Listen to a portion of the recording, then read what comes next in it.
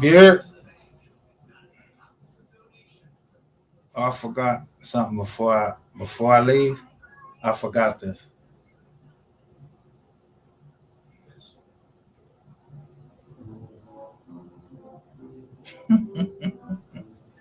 This for entertainment. This for entertainment purposes only. But this is real. We do receipts for a reason.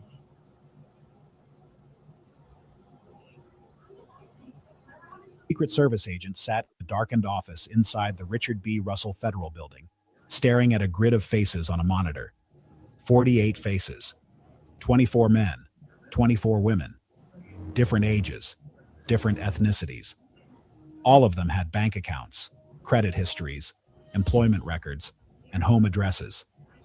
All of them had passed identity verification at federally regulated financial institutions. None of them existed. Not one face on that screen belonged to a living human being. Every photograph had been synthesized by an artificial intelligence model.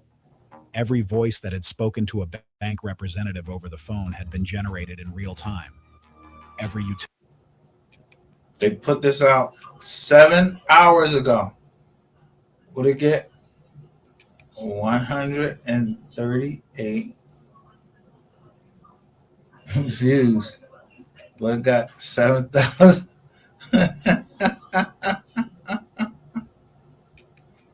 Utility bill, every pay stub, every government document attached to those identities had been fabricated using publicly available templates and AI-assisted design tools. The operation had created more than 300 phantom people across 9 states. Total financial exposure exceeded $60 million, and the system that built them was still running. Here's 60 million. So 100 million is more than 60 million. So if I say to somebody, A, B, I say, yo, B, do you see what I see? I don't know no B. I don't know A through Z, but yeah, I know because I ain't know nothing about no op. It was an op. This is an operation. Was this an operation or this was a fucking?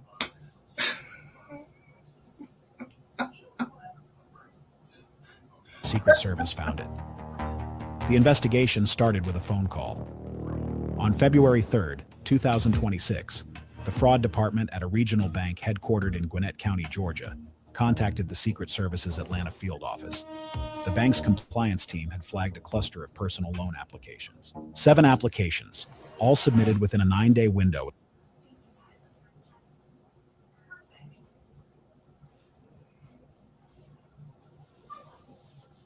Look at Texas, yo. Look at Texas, Joe. Look at Texas.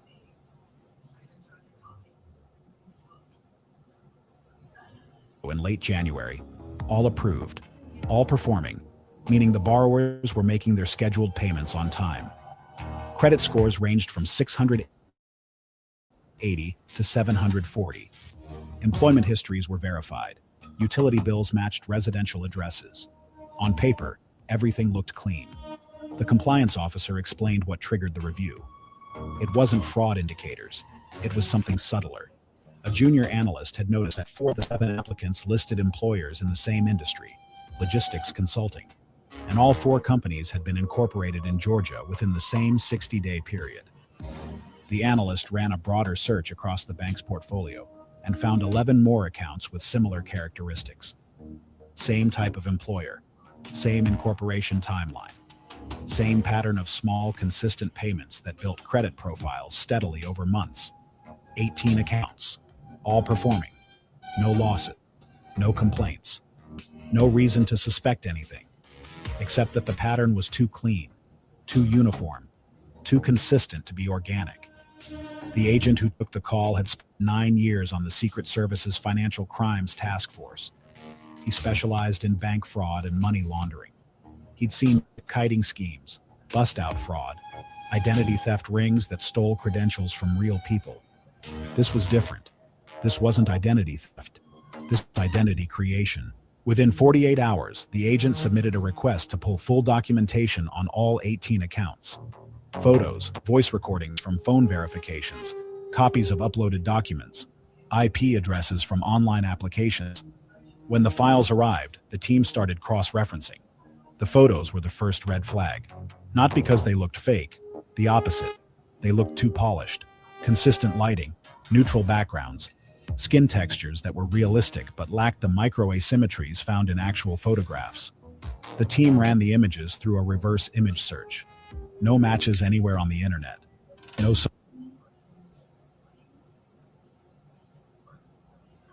No matches anywhere on the internet. I'm a for real person. I just don't want to be on the fucking internet and y'all fucking operations. Did I sign up for that shit? Did y'all tell me that y'all was gonna be doing some shit like this? Yeah, I've been looking at them deep fake shits. I've been looking at that shit. I know what I'm talking about. A real social fucking media person profile. or a fucking robot. Yo, that's why when motherfucker sit there and they call from a phone number and it take them a minute before they get on the phone, I bang on them. Click. Files. No LinkedIn pages. No digital footprint whatsoever beyond the banking documents. The agent requested assistance from the FBI's Internet Crime Complaint Center.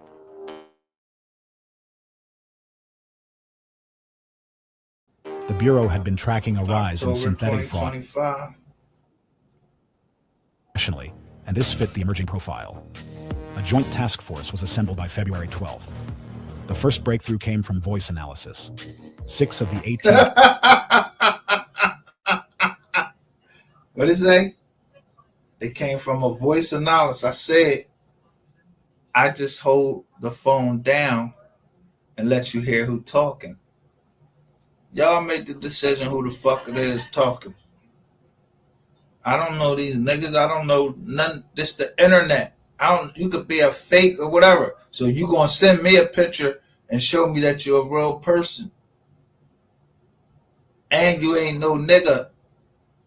And if you keep playing with me like you is a nigga, yeah. You got 60 fucking days. Don't play with me. Play with Parker Brothers. Account holders had completed phone-based identity verification with the bank. The calls were recorded. Federal audio forensics specialists examined the recordings and found anomalies invisible to the human ear. Micropatterns in pitch modulation. Artifacts in breath timing. Spectral signatures consistent with neural text-to-speech models. The voices were deepfakes, high quality, conversational, capable of answering follow-up questions in real time, but not human. I spent hours going through the technical analysis on those voice samples. One detail kept nagging me. The deepfake voices didn't just answer questions. They hesitated. They used filler words. Let me think. They even cleared their throats. Whoever built this system had studied how real people sound when they're nervous on the phone with a bank, and programmed that nervousness in.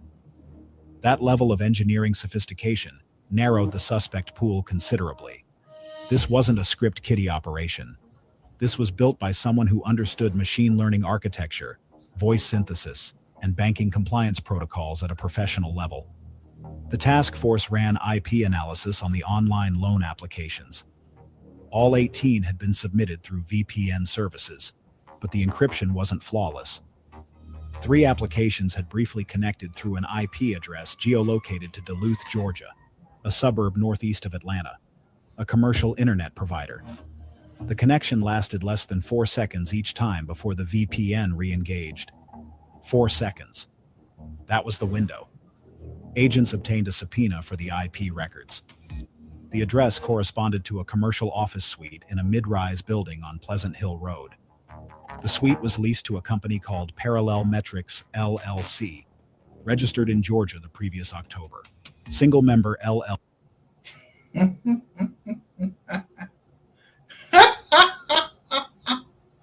Y'all remember the person, the Scorpio problems came?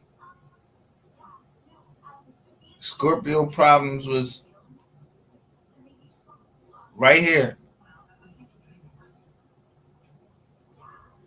And then there was the other, the Quinn boy. But I know he was for real because I know I looked him up. Detective Quinn. LLC.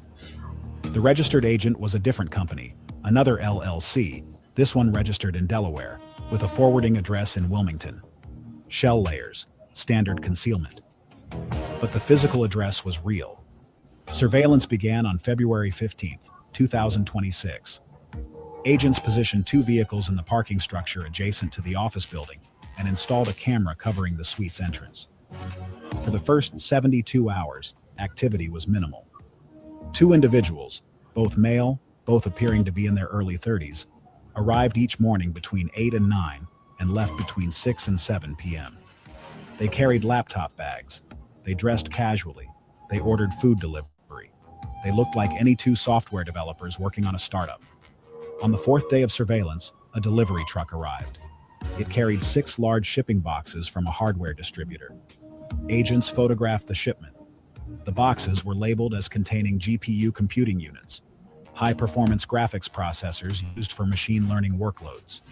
Street value of the hardware, approximately $90,000. That delivery changed the investigation's priority level.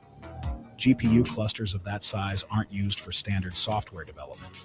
They're used for training and running AI models, neural networks, image generation, voice synthesis, the exact tools needed to manufacture synthetic identities at scale. The task force escalated the case. By February 21st, the joint investigation had expanded to include analysts from the Secret Service's Global Investigative Operations Center and a dedicated cyber crimes unit from the FBI's Atlanta division. Here's the part that doesn't sit right, even now. The suspects weren't hiding. They had a lease under a registered LLC. They showed up to work on a predictable schedule. They ordered lunch on delivery apps. They weren't behaving like criminals running a $60 million fraud operation. They were behaving like engineers building a product. The next phase of the investigation targeted the scope of the operation. The task force needed to understand how many synthetic identities existed, which financial institutions had been compromised, and whether the 2 individuals in Duluth were operating alone. Agents obtained warrants for financial records connected to Parallel Metrics LLC and its Delaware parent entity. The records revealed a monthly expenditure of approximately $14,000.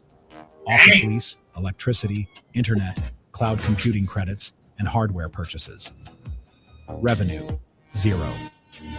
The company had never invoiced a client, never filed a tax return showing income, never sold a product. Its entire purpose was operational infrastructure for the identity generation pipeline. The electricity bills told their own story. The suite consumed roughly 4 times the power of a comparable office space. GPU servers running 24 hours a day generate significant heat and draw substantial current. The building's management company had noted the high usage, but hadn't flagged it. The tenants paid on time. Meanwhile, the FBI's IC3 analysts had been running the 18 known synthetic identities through the financial... Where they, what they call it? The IC3? I showed you the joint on the Jizzon. I said, yo, I'm trying to let everybody know it's a fraud person in the joint. These green lights is on every time I go on Facebook.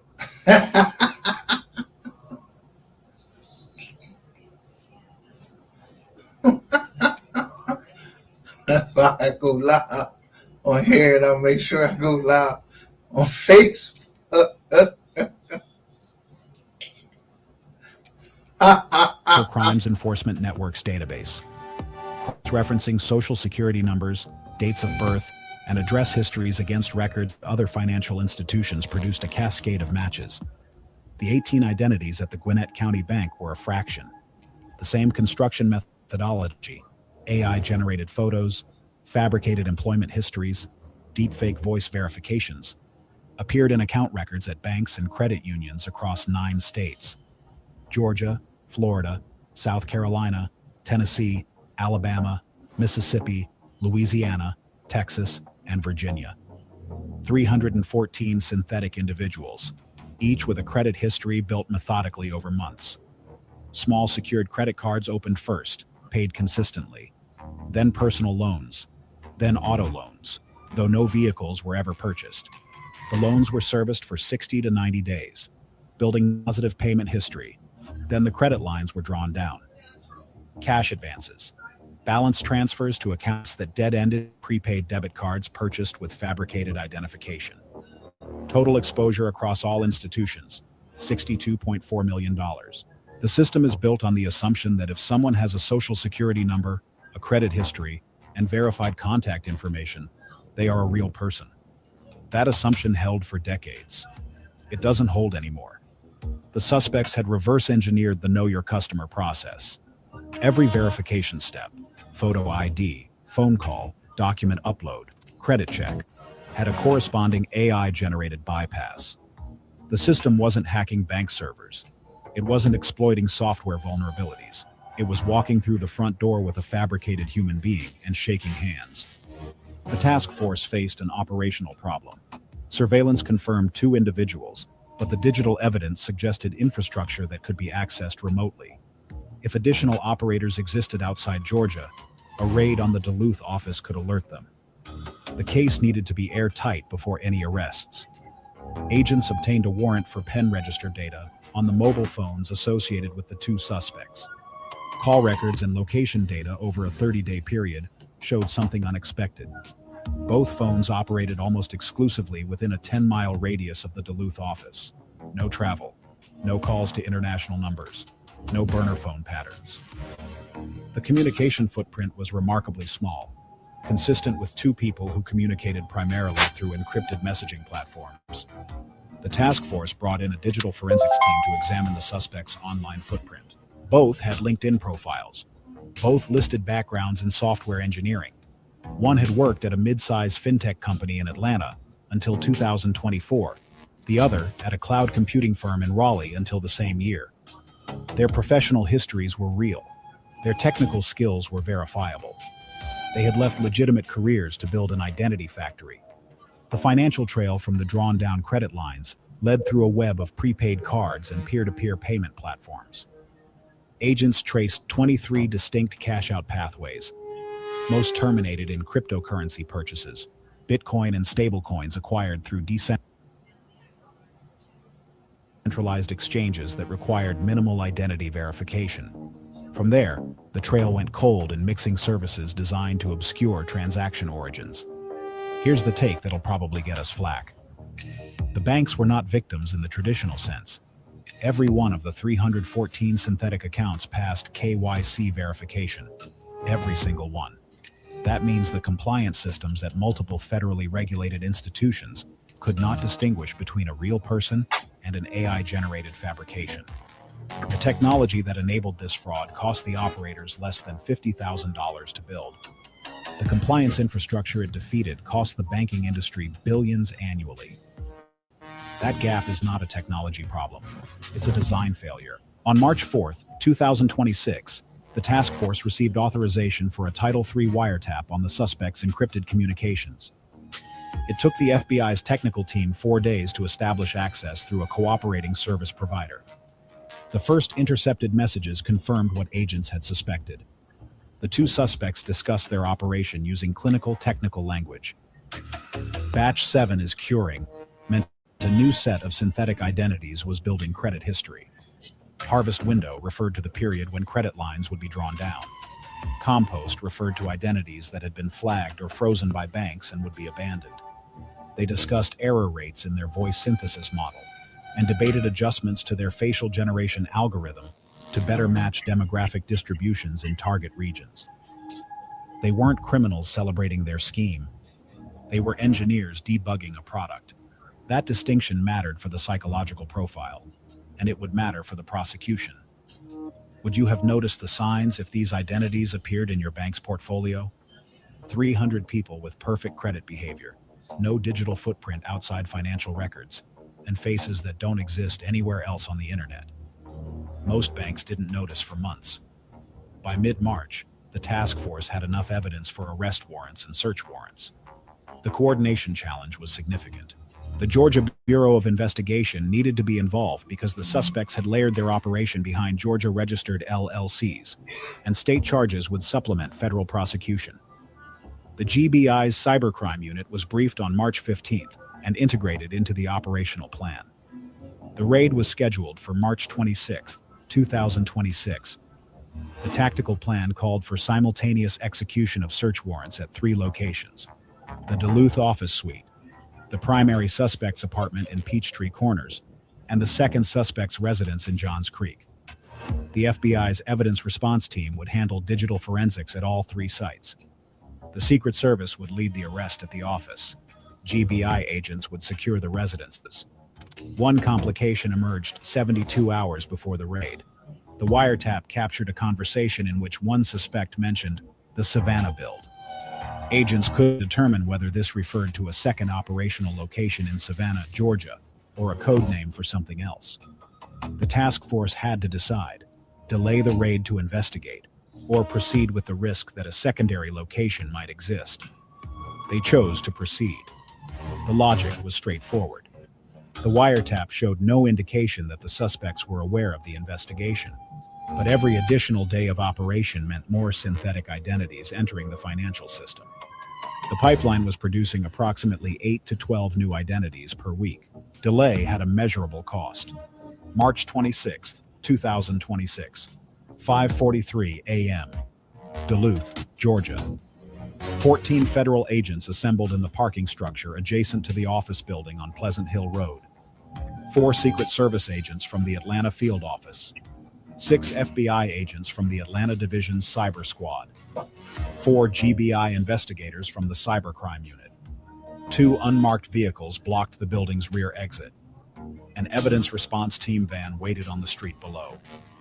At 5:51 a.m., building security confirmed that neither suspect had arrived yet. The entry team moved to the 3rd floor and positioned outside Suite 314. A maintenance key provided by building management opened the main door. The suite was smaller than agents expected. 2 rooms. The front room held 4 desks, multiple monitors, and standard office furniture. The back room was different. 4 server racks lined the wall, connected by a tangle of cables to an industrial cooling unit that hummed continuously. The ambient temperature in the back room was notably lower than the front. Green and amber LEDs blinked across dozens of GPU cards. Well, 314. Yeah, that was my that was my that was my state, yo. Told you, 3rd Battalion, 14th Marines. I'm a real person. I ain't no robot. Yo, I ain't no fake. I don't play that fake shit. Now, if somebody else want to play that fake shit, go ahead, be fake. I'm not him, Slum. Yeah, y'all go ahead and take a bow, see if y'all fake. Y'all fake? Yeah, motherfuckers get killed. Then they say, yo, they fake. We want to see the birth certificate. What the fuck you mean you want to see the birth certificate? Federal court said it. That this was a real person.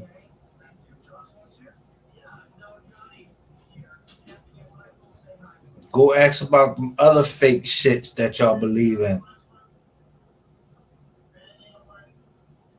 Stacked in the racks. Like The Harry servers were Tubman. running. The identity generation pipeline was active.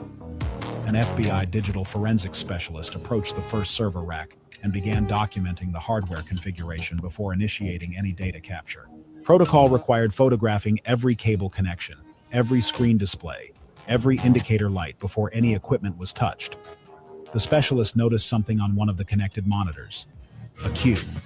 A processing queue showing 47 identity packages in various stages of generation. Each entry had a progress bar and a status label. Photo complete. Voice model. So somebody told y'all I was I was a robot because goddamn, my data was breached with 39. It was 39 fucking Johns. 7 more. That'd have been, no, 8 more. That would have been, what's that? 8 more days, 8 more years, what? Training. Document set. Generating. Credit application. Queued. The system was building 47 new people at that moment. We dug through the technical specifications later documented in the forensic report. Here's what didn't make the news. The facial generation model wasn't using a standard generative adversarial network. It had been fine-tuned on a dataset of state DMV photographs, images that had been scraped or purchased from data brokers who traffic in leaked government databases. The model didn't just create realistic faces. It created faces that matched the statistical distribution of real ID photos, lighting angles, background. Wait a minute. Which photos? Real ID, which is the Real ID Act.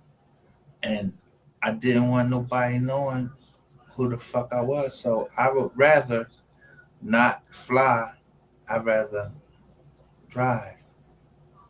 Yeah, you gotta get a real ID. Yeah, they want you to turn. They want you to turn your head this way, make that sure that way. Yeah.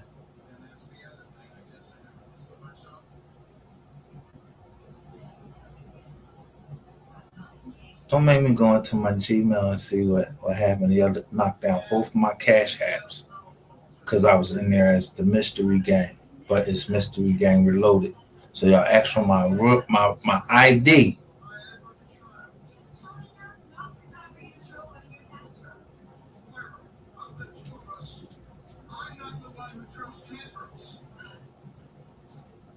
If y'all don't unlock my shit, cause I know y'all watching this. If y'all don't unlock my motherfucking cash app, that's how I fucking send money to my daughter. And you got these bitches down here talking about I ran some credit card scheme with them, and them I don't know what the fuck them bitches was into. They said they needed help.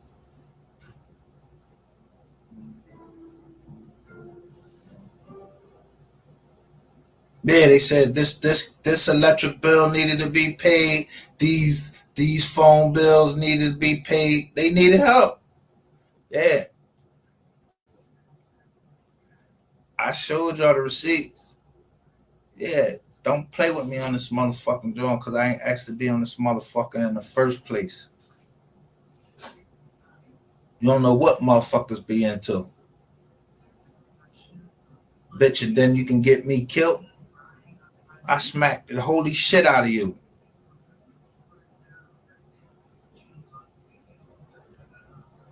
You was sitting up there telling them everything you could about me, my doctor's name, everything.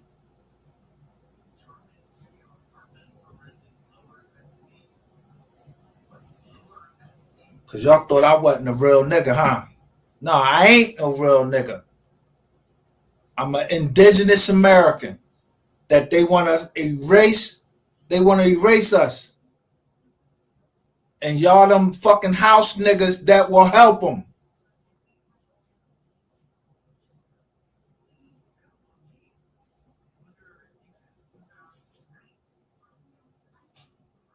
Yeah,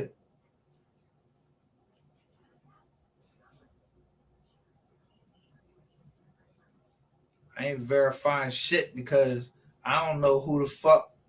I don't know. You knew that John knew everybody in the John. I only know you if I seen you, and I don't know you. We ain't grow up together, so I don't know you. I ain't lying. This the internet. Jokers got all types of shit going on. I'm a real person. This is a real person talking. I don't know what the fuck this mic go into the jaw. I don't know who got control over the system. Evidently, yeah. But I know to put a cover the mic up. Well, that I don't cover the mic up, but the picture drawn. Yeah.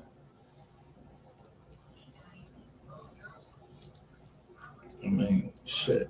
If the people that make the software like Microsoft and all of that shit, if I know that you doing a job and I'm paying for it, I don't owe you shit.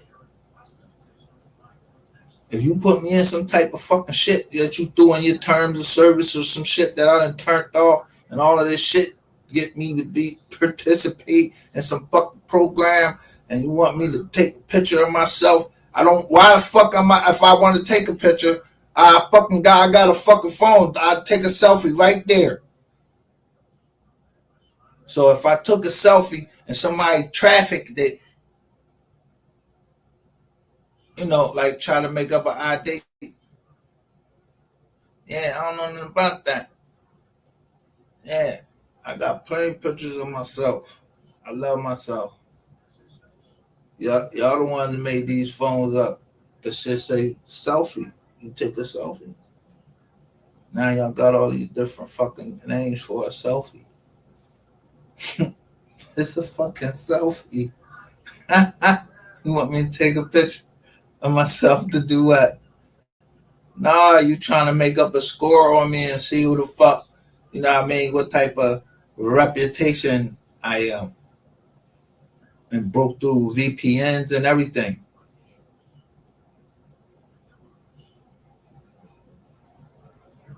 Yeah, unencrypt shit that was meant to be encrypted.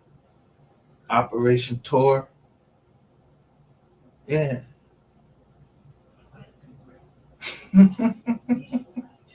So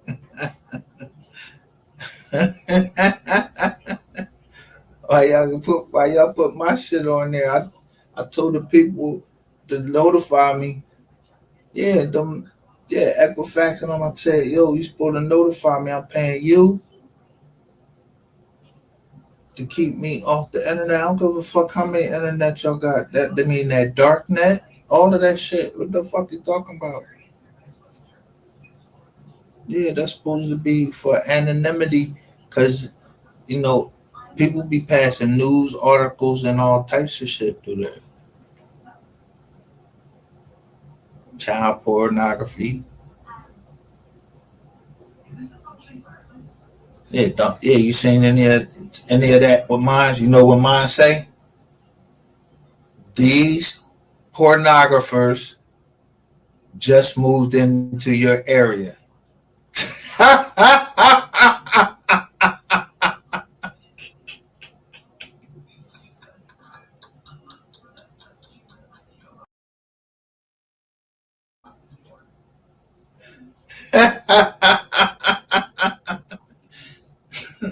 Scandal.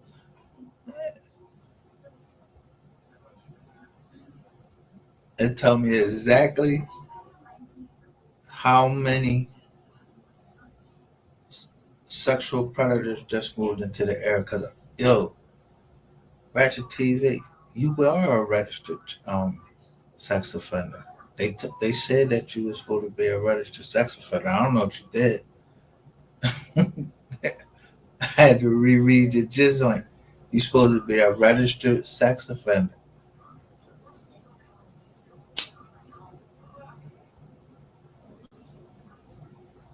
I don't know who got rid of that all of them Jones.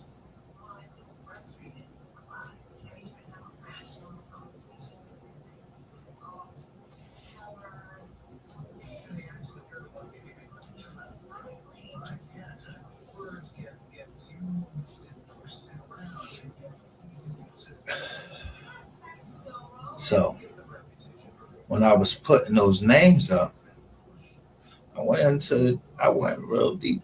I did a deep dive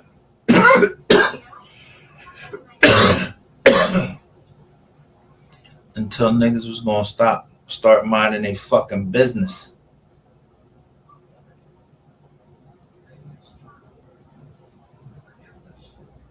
Yeah, y'all be light on motherfuckers that if they touch kids, they be real light on it. They been in the system and everything.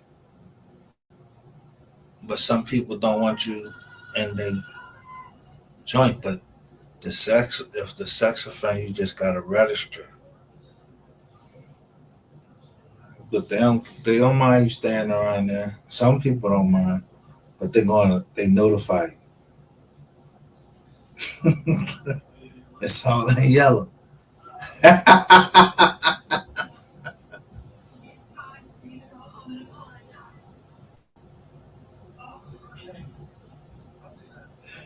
I know the houses. I That's why I said, do you see what I see? B. I don't know B. If B out there, you know me. Yeah, look.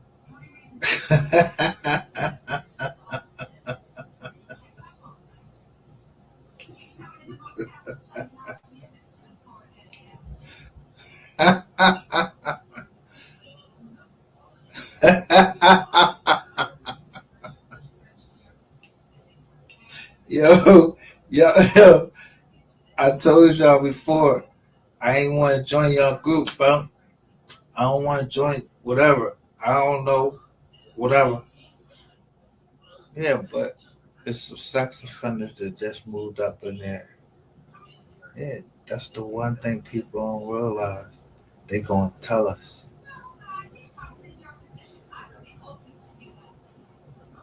My name ain't on there.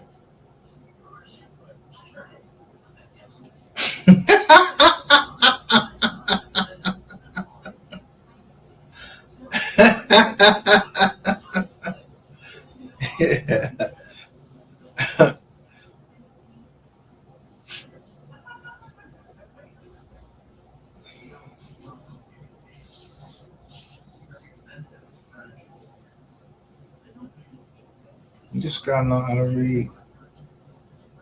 But you don't wanna know nothing. I know exactly which one sold when they sold.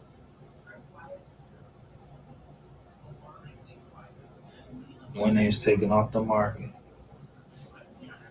Yeah, I come in that motherfucker and bring the property value up.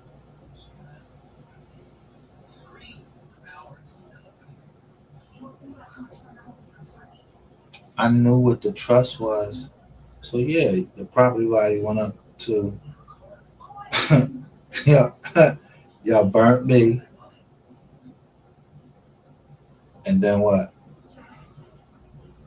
Yeah, y'all put the yeah, y'all doubled the money. For than some high power white attorney because she thought she was licking her lips, thinking that I didn't know what I was doing. Bitch, you crazy. I study everybody. I know the laws. I know the date the fucking judge came on my case to put more pressure on me. And y'all, it's two separate cases that's open.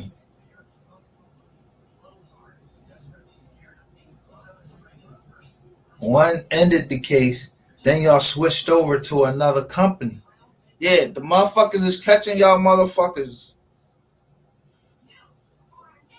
You ain't got nothing on me. Nathan. Nathaniel. I don't know Nathaniel. And guess what? I still ain't a part of your fucking group.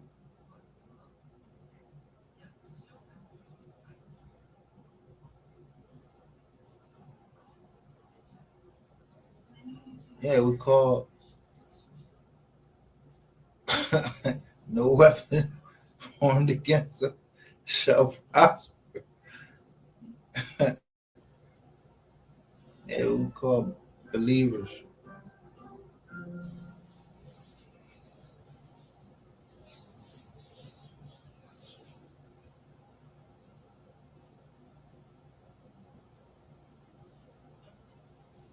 And we were supposed to be lenders, not borrowers.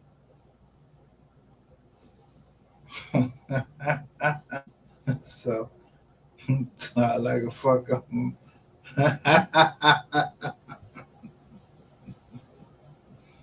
He just charge 0% interest.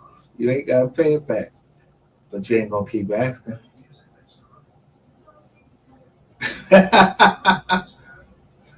Yeah, we got rules too. called the Riot Act. It must be legal because, yeah, the captain, when you walk into the Fed. So I got a riot act in my fucking life. Why I can't have a riot act in my life? They can have it in the Fed. It's unwritten. Certain things you don't do. And if you do this, this is what's going to happen. Consent or conquest.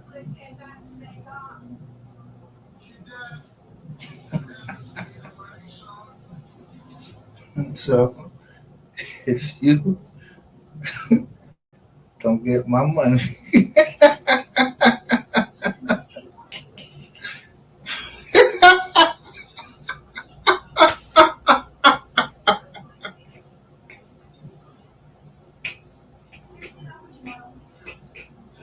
y'all want to listen to anything? Yeah, I know who y'all listened to. The one that talk too much. She talk too much. You don't get my money.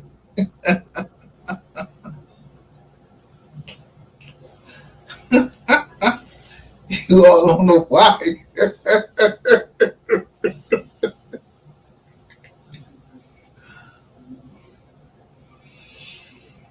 Oh man.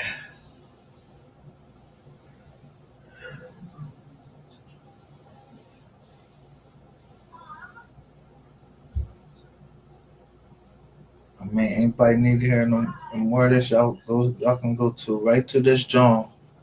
You see, he got the John off his A's out. It's like this there. Yeah.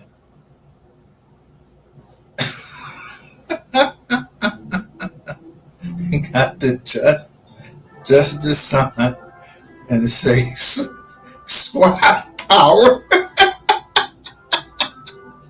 He only got 10, 10 likes so far.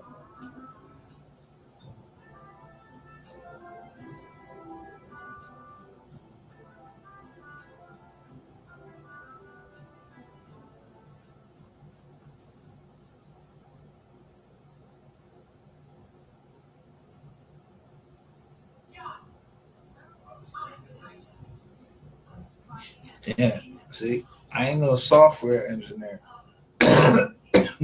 So what software engineer is looking into my shit?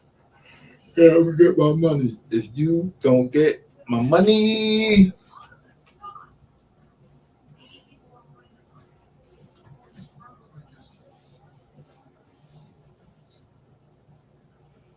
y'all just go look back to when they was talking about deep fakes and deep deep deep state and all that shit.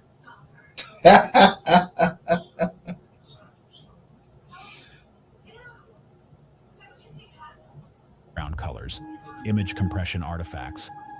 The output was engineered to look like it came from a DMV camera. At 6:14 a.m., the first suspect arrived at the building. He parked his vehicle in the structure, walked to the elevator, and ascended to the third floor. Two Secret Service agents met him in the hallway outside Suite 314.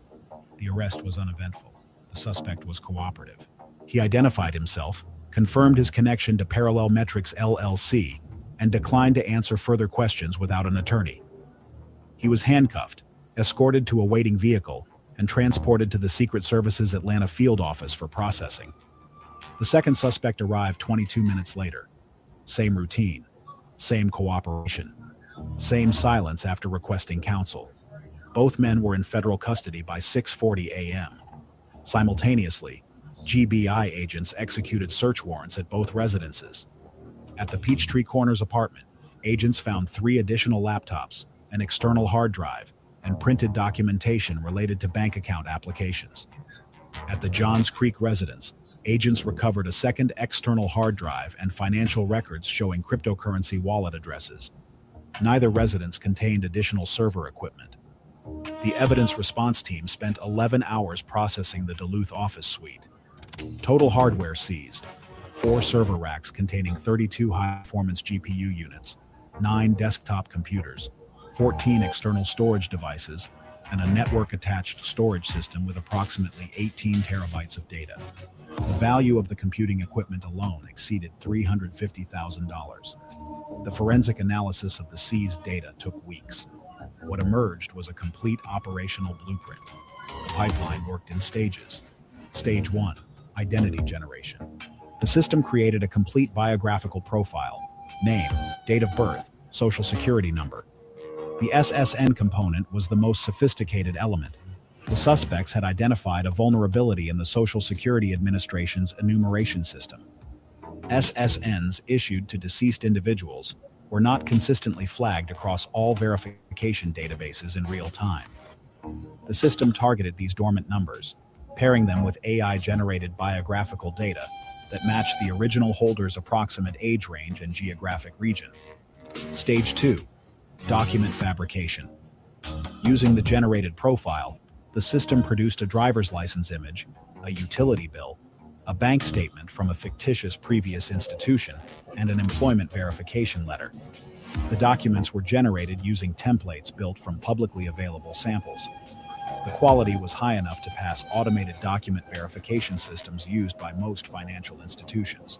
Stage 3, credit seeding. The synthetic identity applied for a secured credit card with a small deposit, typically $300 to $500, funded through prepaid debit cards purchased with cash. The card was used for small, regular purchases and paid in full each month. Within 60 to 90 days, the identity had a thin but positive credit file. Stage 4, credit building. And participating in a live video call. So who started that, John? I think that bank is called Capital One or Credit One Bank. Yeah, y'all was doing that shit.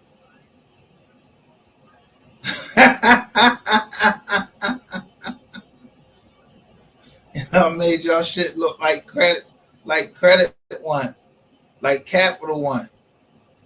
And I was like, yo, this some fucking,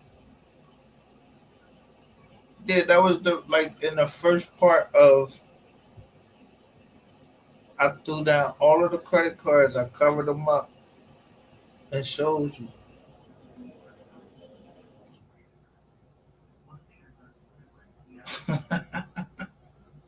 Y'all was hitting those cards. It's called upgrade. All of it. But what did that have to do with me? What's illegal about paying a credit card bill? I'm a real fucking person. I don't know who the mother people is. I don't know who the mother jobs is. I'm a real fucking person. Y'all breach my, y'all let my shit go out in the breach. And I'm real. I don't know who these mechanical motherfuckers was. I'm just consistent.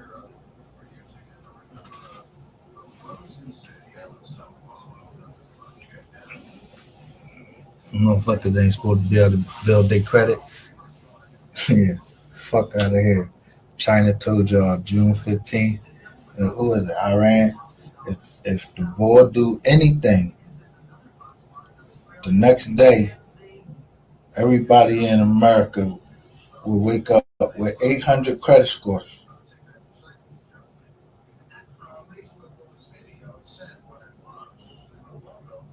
Test me.